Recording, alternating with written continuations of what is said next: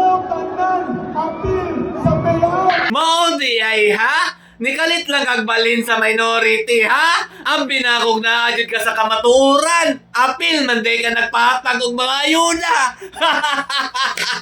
Gusto nyo magkaroon ng idea kung bakit ayaw nilang talakayin ang about sa flood control at kung saan napunta po yung mga bilyon-bilyon na pondo na sa ghost projects at doon po sa ibang pagwaldas ng pera ng taong bayan? Eto po, bibigyan ko po kayo ng idea ha? Lalong-lalo na po doon sa minority. Halatang guilty po sila na miyembro po sila ng maletang pera. O ito, bibigyan ko po muna kayo ng isang example. Panoorin nyo mabuti.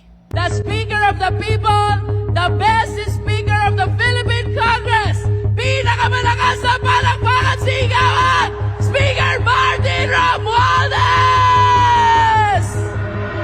Sa panahon ni President Bongbong Marcos, sa panahon ni Speaker Martin Romualdez, correct me if I'm wrong, bumaha at bumagyo ng biyaya dito sa ikalawang distrito ng ating lalawigan.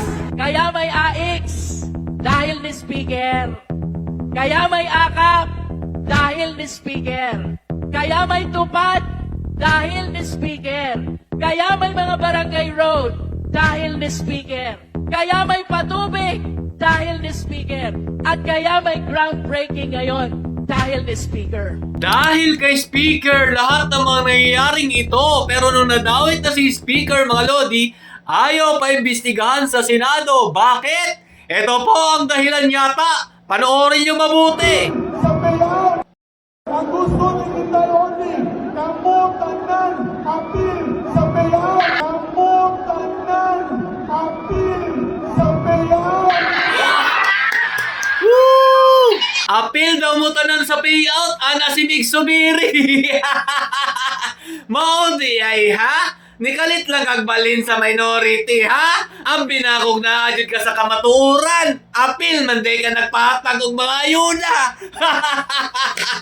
Isa pa mga idol ha? Panoorin nyo mabuti to. Kaya pala nanggagalaiti si Erwin Tulfo dahil dito sa flood control issue na ito, mukhang madadawi siya dahil nakikipag-meeting pala siya sa pamilya Diskaya. Yun pala yun mga Lodi, kaya pala halos maputol yung ugat niya nung tinututulan niya yung botohan through online. Ayaw po nila nun kasi nga po, alam natin na kapag nangyari yun, mabubuking sila. Pero huwag kayong mag-alala mga idol dahil matutuloy ang investigasyon. Tingnan po natin tong mga nagmamalinis na mga senador kung totoo po ba talagang tumitindig sila para sa katotohanan o para pagtakpan ang mga ginawa nilang kalokohan. Kaya dun sa mga senador na panay-iwas dito sa pagtalakay ng flood control at ghost projects kung saan na po napunta ang pera ng taong bayan, abangan pa po natin ang mga susunod na kabanata. Stay safe mga Lods and God bless you all! Duterte pa rin ang pinakamagaling na naging presidente sa ating bansa at si VP Sara Duterte naman para sa 2028.